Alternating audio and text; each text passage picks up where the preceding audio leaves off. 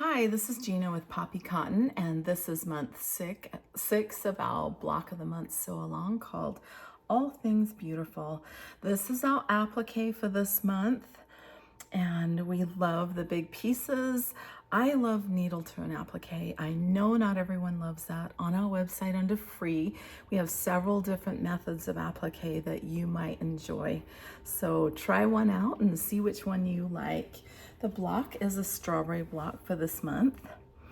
You'll want to sew these little pieces using the method we've been using for everything, which is stitch and flip. Even though these are little, you'll just take and do it the same way. Just be very careful as you match up. And again, you sew corner to corner, and then you trim, and then you press. So make each of those little pieces. You'll even do the flying geese the same way. And when you go to sew those together, make sure that your diagonal seam lines, you'll want to match those, and you can feel those with your finger. And start your 1/4 inch and make sure your needle goes right through where you can feel those seams meeting. And you should get a nice little point right here and here. So sew those together to create that little area on your strawberry. And then you've got the bottom, again with the stitch and flip method. You'll draw a line corner to corner. That becomes your sewing line. Trim and then press. So you'll sew the strawberry, this little section that creates the leaves, the other leaf section right here. Then you'll do stitch and flip right here on this corner to give it a little angle there, and then you'll sew the leaf section back on the top. So then you'll sew your side seams, and you'll sew your top and bottom,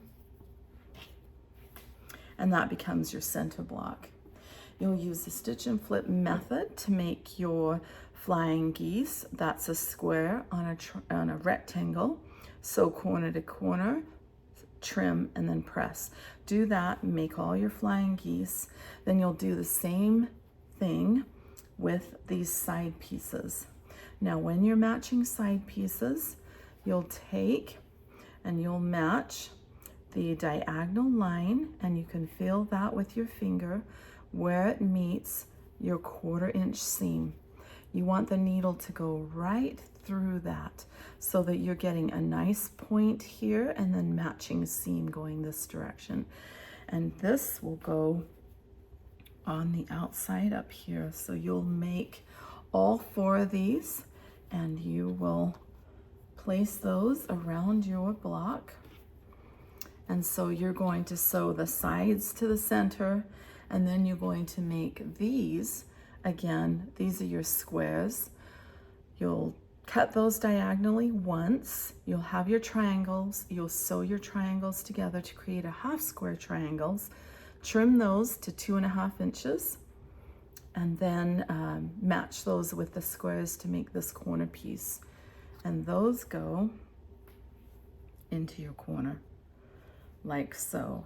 So you'll sew these to this piece right here to make a row, and then you'll sew all 3 rows together to complete your block. Thanks for joining us, and we'll see you next month for the sashing.